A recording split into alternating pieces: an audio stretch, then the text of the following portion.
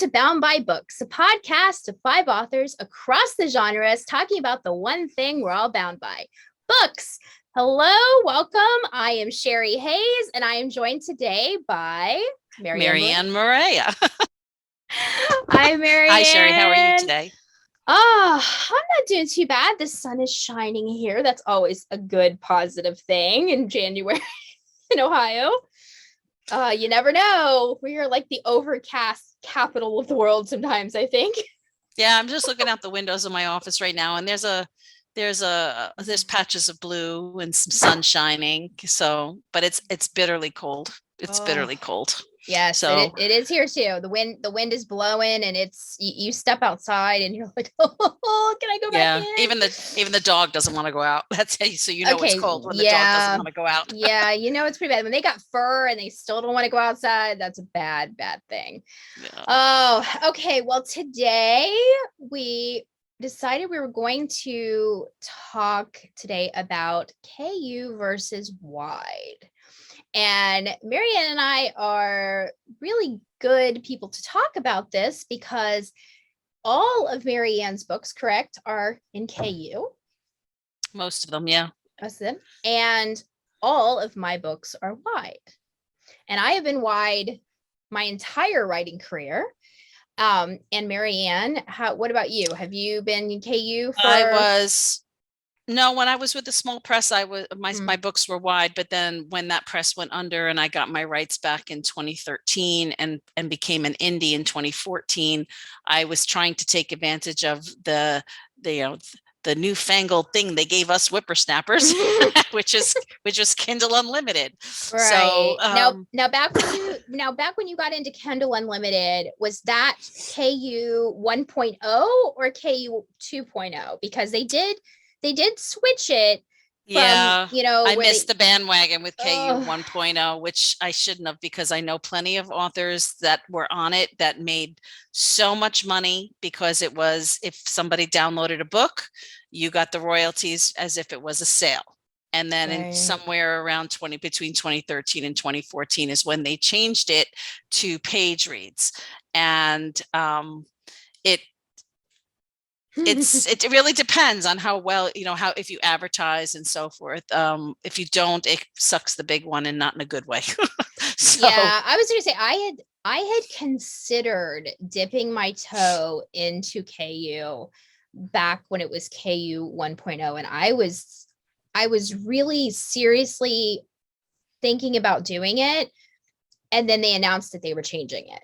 So I was like, I think I'm going to hold off and see how this goes.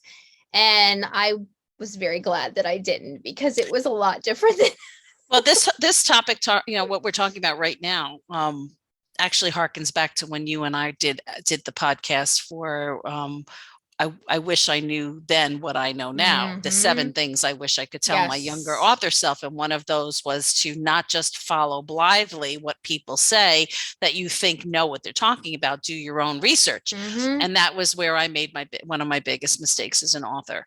But, KU has, if you hit the advertising right and you are in the right genre, KU can be, it can be very good for you.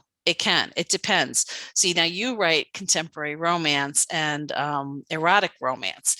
I write mostly paranormal romance, vampire romance, shifter romance, paranormal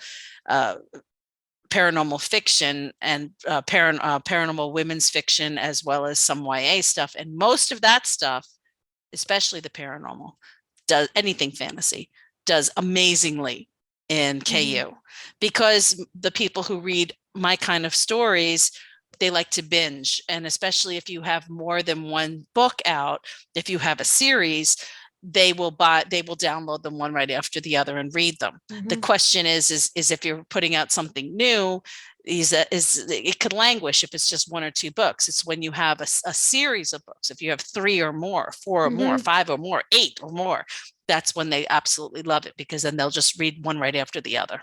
All right. Now, I'm curious as to what, so your reasoning for going into putting your books in KU was the genre. Is that what I'm understanding? Yes. Okay. My reason for not for going wide is because I was not comfortable putting all of my eggs in Amazon's basket. Yeah. I did not want to give Amazon that much control over my career. And which it's a good idea if you haven't done this as an author and you are wide, it is a good idea to, at the end of every year, to look at your numbers and see where your money is coming from. And for me, when I did my numbers for 2021, about 54% of my income was coming from KDP, from Amazon, which means that 46-ish% is coming from outside of Amazon. That's a significant portion of money that I would be leaving on the table if I didn't.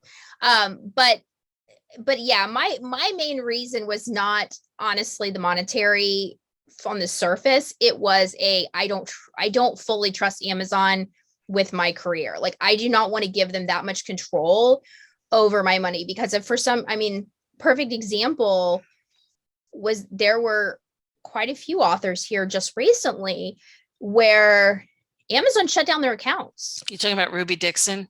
Yeah, there was another one though, and I can't remember her name, but yeah, I mean, they just shut down their accounts. No, Lexi Ostro. She's another. She's actually a friend. I don't know Ruby, but I do know Lexi pretty well. And it was pretty nasty. I know that with Ruby, I believe it was because she had decided she's a big TikToker, big book TikToker.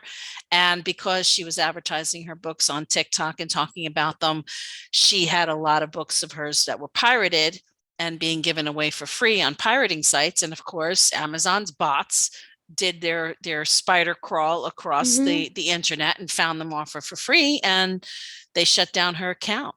And that's just, I mean, Amazon's got to get with the program. They got to get with the program. It's scary. And my understanding, I heard that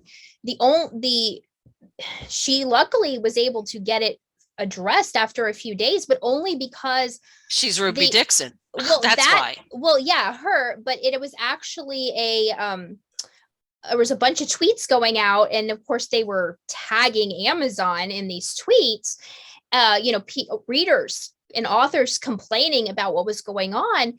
And an executive at Amazon saw these tweets and actually investigated. That was Lexi's story too. Was it Lexi? Okay. Yeah, that was Lexi's story. So luckily that happened, because as you and I know, or anyone knows, any author knows who's tried to get a hold of Amazon, sometimes getting a hold of a person may not be incredibly difficult, but getting a hold of a person that can actually solve your problem, I don't know which one sometimes is worse about getting a hold of somebody, Amazon or Facebook, because they're both very difficult to get a hold of people who can actually help you. I know. And it's funny because Lexi was all in it, because she writes in the same genres that I do. So she was all in on KU. And when she had about 20 authors and a bunch of readers all tweet about this, and it caught the attention. She's lucky it caught the attention of an executive who got on the horn, and she was reinstated within a few days after that. But it took her even longer to get her royalties. Yeah, I was going to say, but how much? Because, and not only that, but how much money did she lose? Well, there's money. There's money left on the table because of it. But there were people still buying her books that they were like, it took her a while to get that to rectify.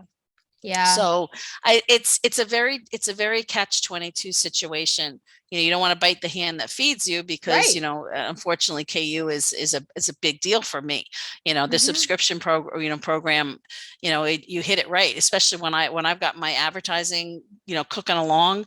I'll have thousands and thousands of page reads, which adds up to money in my pocket. And it's been discussed in the past about me trying to make the transition wide, and everybody that I know that's done it has basically said it's going to take a year, and you're going to have to understand that in that year your sales are going to plummet your royalties are going to plummet, but Yeah. eventually it'll pick up if you advertise correctly. So, Yeah.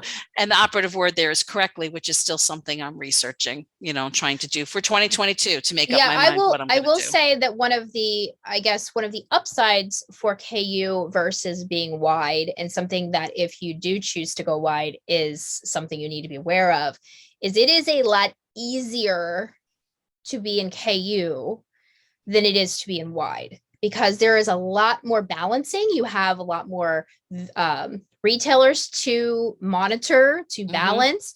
You have the advertising is not as straightforward. If you do, let's say you do an ad for a Facebook ad for a book you have in KU, there's one link. You're sending them to KU. There's nowhere else you're sending them Well, to. yeah, you're sending them to KU, but then there's different platforms too, because there's Amazon UK, there's Amazon Australia, Yeah. there's Amazon Canada, and so and there are certain things that are available in those platforms that are not available to people. I mean, that, like, if I do a countdown deal using KU, I can only advertise it in the US or in the UK. It doesn't, that countdown deal, that sale does not go out to everybody who has Kindle Unlimited across the platform. It just doesn't happen that way. So, I mean, so there are some limitations, but in all, it for me, it had everything to do with genre. Right. It does. It has everything to do with genre. So, but it's something to think about if you're an aspiring author, or if you're really just starting out and you don't have as many books out there as I do, to determine what to do. I wish that they had a little bit of a situation where if you wanted to have your singles with KU, but you put a bundle together, which could have a completely different ISBN number, and that you could put your bundle, wide and have the singles just in KU. But they don't allow that. They're the bots figure that out as well, because bundles will cannibalize the sales of of your single titles. Right. And they also don't allow permafreeze either if you're in KU. No, you have to have price match, and that's a pain in the butt too. Right. Right. Which is an advantage to being wide, because I can go and make my book, if I want to make my first in series, free on Apple, Nook, Kobo, and Google Play. I just have to email Amazon and say, hey, I've got this for free. It's free over in here. We price match it, and 9 times out of 10 they will. There have been a few occasions when they'll push back, but they don't like not being the lowest price around.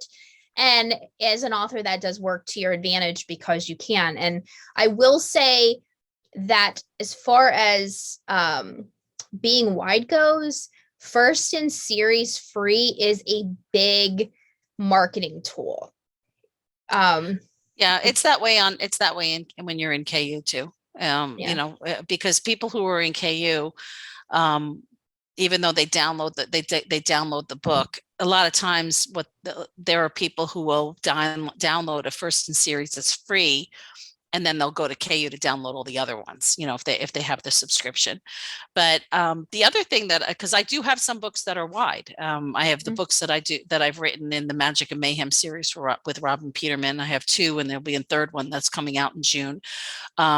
And I have other ones that are in other worlds as well, because I don't control where they go. And those aggregates are done through Draft to Digital. So there's a way that if you want to go wide, that you can have everything under one house. So, and if you want to do a price change, you can do it right there from their dashboard. So you don't have to worry about juggling 50 different dashboards with 50 different distribution channels. Yes. Now, the only one that you can't do on Draft to Digital of the major ones is Google Play. Google Play, they tried it with Draft to Digital and it lasted for a couple of months.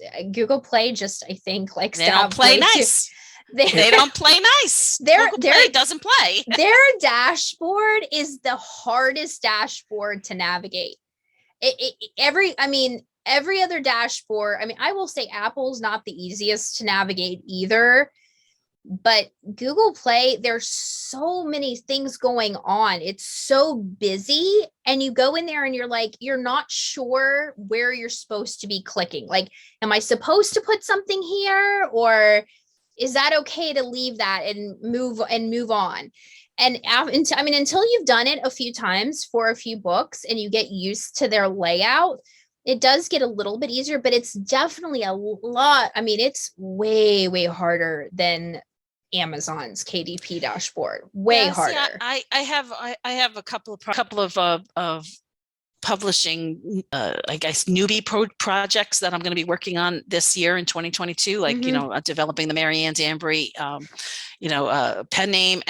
But they're paranormal cozy mysteries and paranormal women's fiction, which again, paranormal does better in KU. So since I only have one book out right now in that pen name, because I switched it from Marianne Morea to Marianne Danbury, and I'm in the process of rebuilding that brand.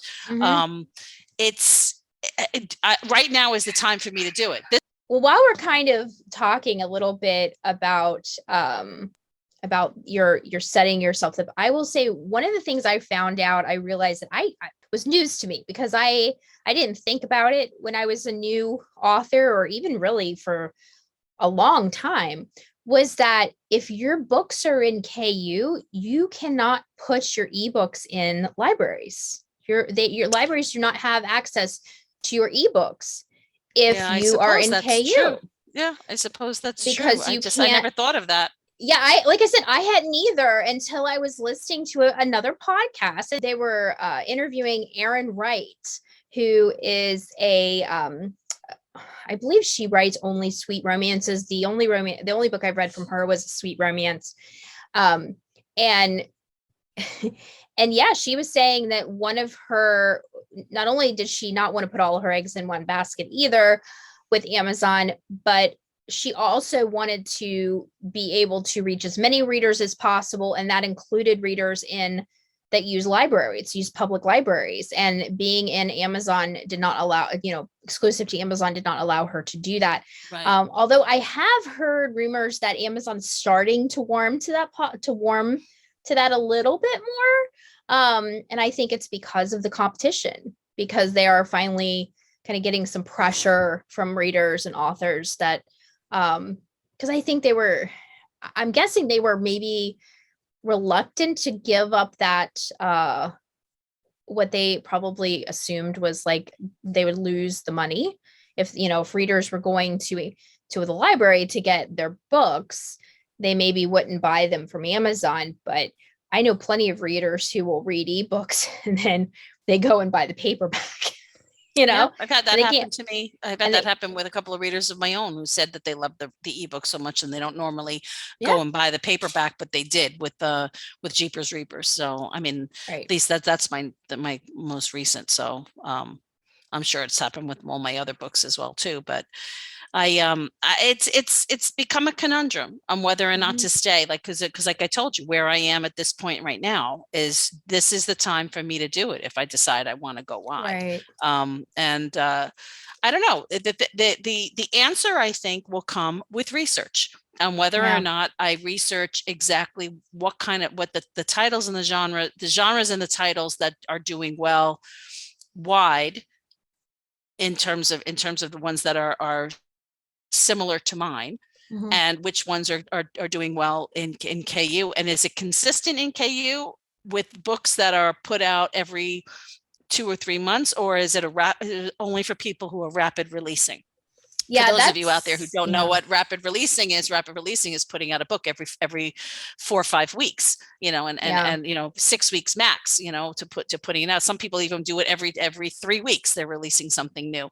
So is it something that is conducive to the rapid release that is the equation, the algorithm picks you up then and then just kind of puts you in front of all the KU people? Or is it just something that is just across the board for no matter as long as you're starting to get a name for yourself and you're advertising? So there's a lot of moving pieces that have to be examined. There really is, because there's really not a one size fit all. And I will agree that if you are doing a rapid release, KU is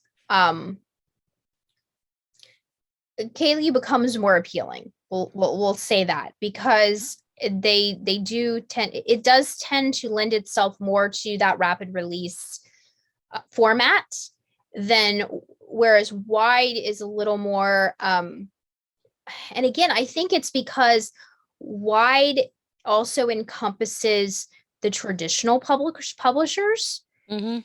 because there is no traditional publisher that I'm aware of the top five, of the big five, that only publishes on No, no, no, Amazon. no. They all publish wide. And therefore, I think the wide readers who do read on Apple and Kobo and Nook, they're used to that slower publish schedule because of those traditional publishers. So they're not expecting a new book every other month. Whereas rapid release is way more of a kind of a KU Amazon thing. And so, and I'm not saying you don't find it in on wide books, but it's rarer on wide books. Most of the authors that I know that are doing rapid release are doing it in KU, Yeah. but are, you know, I was going to say though that the other problem with KU, like I said, it's a double-edged sword. mm-hmm. Catch 22 is that whereas somebody buys a book, they buy a paperback, whether they buy it from Nook, from Barnes and Noble, or they buy it from Apple, or they buy it from Amazon, you can return that book. The Mm-hmm. problem with KU though is that people are they download the plus with KU is that they don't they're not returning the book. It's they Mm-hmm. download it, they read the pages, you get paid for those Right, pages. You know what I mean? Whereas right. a lot of these other companies, especially Amazon, will allow somebody to read an Mm-hmm. entire book and then return it, an Return it. entire ebook and then return it. Mm-hmm. If they can calculate how many pages they've read in an ebook in KU to determine how many pages you're going to get paid for, then they know how many pages have been read in a book that is on their Kindle. Because a Kindle Mm-hmm. is, even though you pay for the book, It's still linked. it's not yours. It's digital. It's out in the ephemera. It's out in the Mm-hmm. ethereal. You know what I mean? So KU can just wipe your shelf clean. It's not like having an actual paperback in Right. your hand that it's physical, that they can't come on your door, knock on your door, ring it, and then confiscate your books. They can confiscate your virtual bookshelf anytime they want if you violate terms of service or what have you. But one of the things they do allow is they do allow serial readers, to Return books. serially return books. And so Yeah. they're in effect using Amazon like a library. Right. And so that is something that they need to address as well for us authors. Well, I mean, It does. I think that Amazon, I mean, I understand from an Amazon's perspective to a certain extent as to why they went to that, because there were a lot of authors that were trying to game the system, and they were putting out like 10-page books, and they were still getting like the same amount as somebody who was putting out an 80,000 word novel. Well, there's a way to guardhouse that. Oh yeah. You know what I mean? I mean, somebody puts blood, sweat, and tears into writing a book, pays for the cover to be designed, pays for the editing and the production. It needs to be, you need to be able to get your money out of it. So it's a job. It's a job. The authors are not the only people there. There's also the editors, and there's the cover designers and the formatters, and the promoters, the PR people there. Yep. There's all of these people that come together.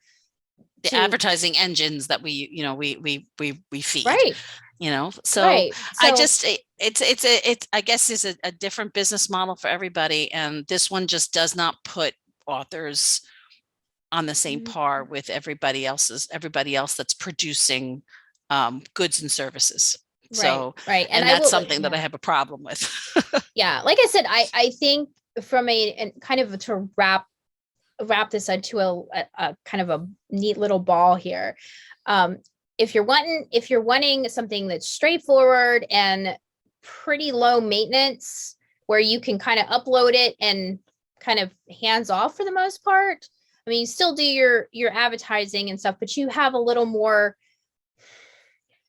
flexibility on how much you want to advertise. KU is maybe something you want to look at. Wide is definitely a lot more work. I mean, no matter how you slice it, wide is more work.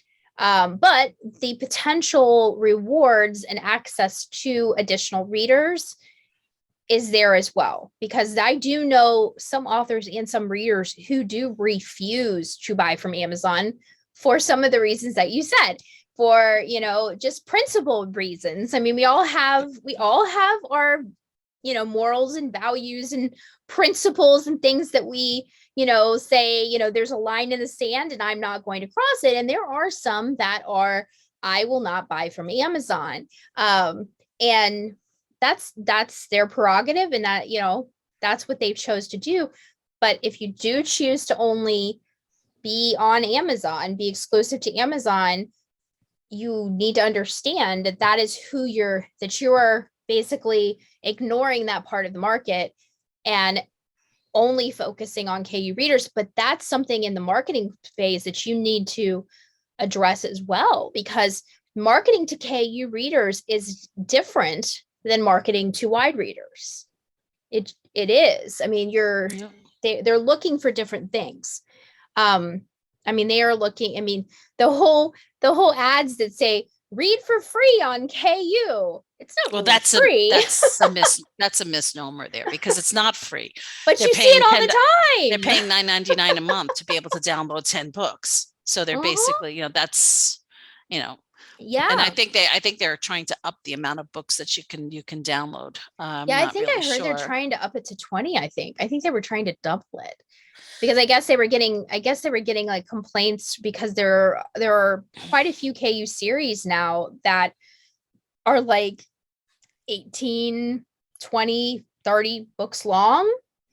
And so you can only download 10 of them at a time. Well, if you want to binge, like you were saying, they like to binge read, you want to binge read, then you got to stop and return those 10 books and then download the next 10 books and return those. So yeah. There's definitely tweaking that can be done in KU. And, it's like, I wish I could, just kind of sit down with the people who plan this out and be like, give them a point of view from an author's perspective, and basically say, okay, if somebody has downloaded your book and it is sitting in their to be read pile that is in their KU library, and they've downloaded it to their Kindle, and it's sitting on their Kindle, even if it hasn't been uploaded. If it's been sitting on their Kindle for more than a month, then that author should be paid for that book, because it's in their possession for a month. It's like either that or remove it from their TBR pile.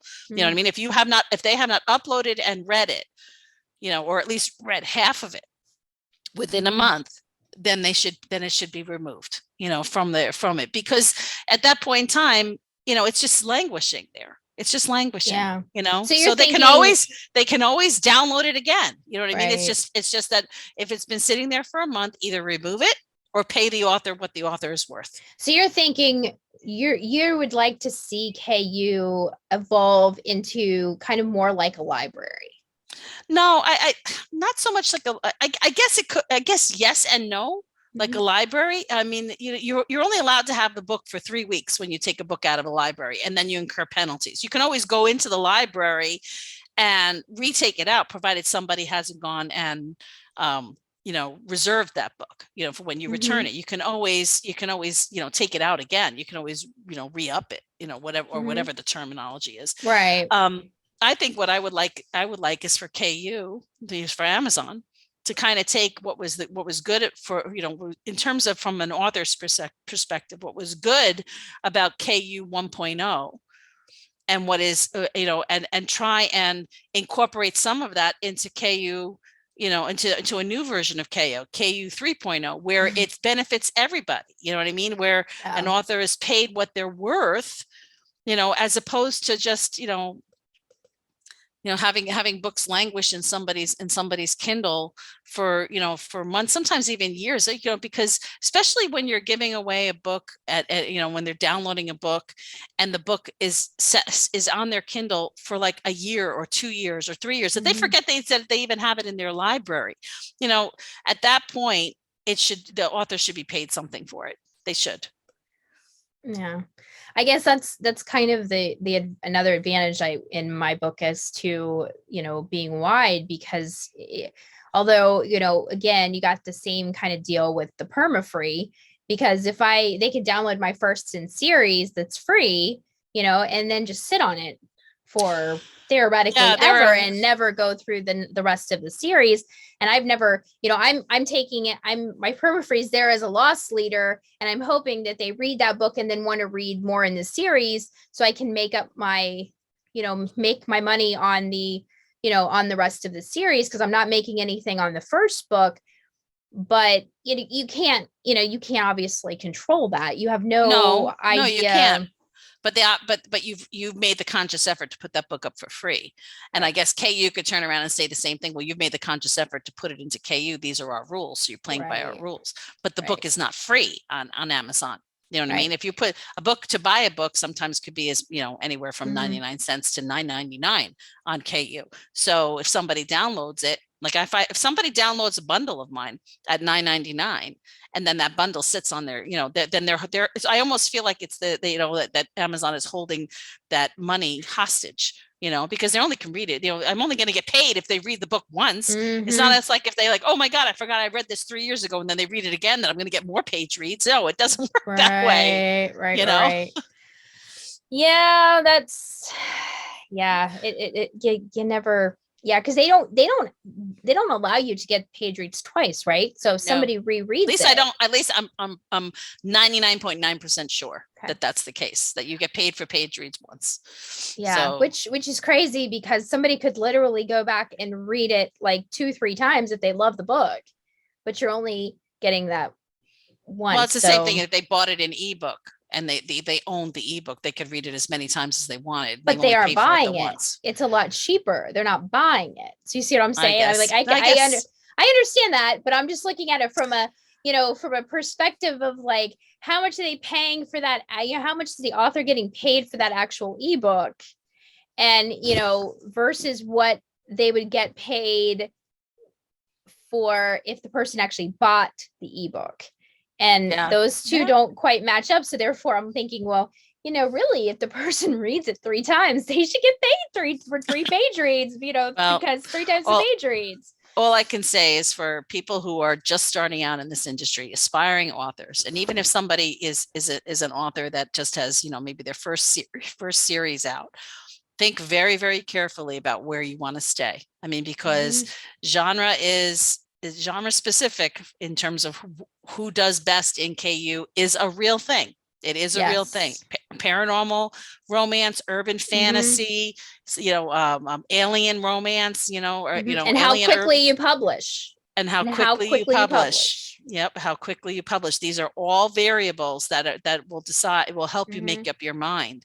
Do your research. It comes down to do your research. Take the time before you hit the publish button. I know when you're a new author, you finished your first book and you're so excited and you're ready to just get it out there. But take your time, take a deep breath, do your research, because you want to treat this like a business, and you would never go. A smart business person would not just go wake up one day, buy a building, open up a storefront, and have done absolutely no research and expect to be successful at it. They have done the market research, they've done the groundwork before they ever purchase the building, open the storefront, hire employees, all of that. And even though you don't have a physical storefront as an author, you are still a business owner, and you need to approach it like it is a business if you want it to be a successful business. And that, unfortunately, which I know a lot of authors do not want to do, they just want to sit back and do the creative stuff and put it out there and just forget about it. But unfortunately, that's not really how it works. I've had readers approach me and say, how come this book isn't in KU? and some of the other ones. And or in the ones that I have taken out of KU to try and see what I can do with them. Why isn't this in KU? Well, it's because it was in KU and now it's not. Or in the case with the, when I'm writing in like Robin Peterman's Magic and Mayhem World, so I don't have control over that. So I mean, it has to. There's a lot that.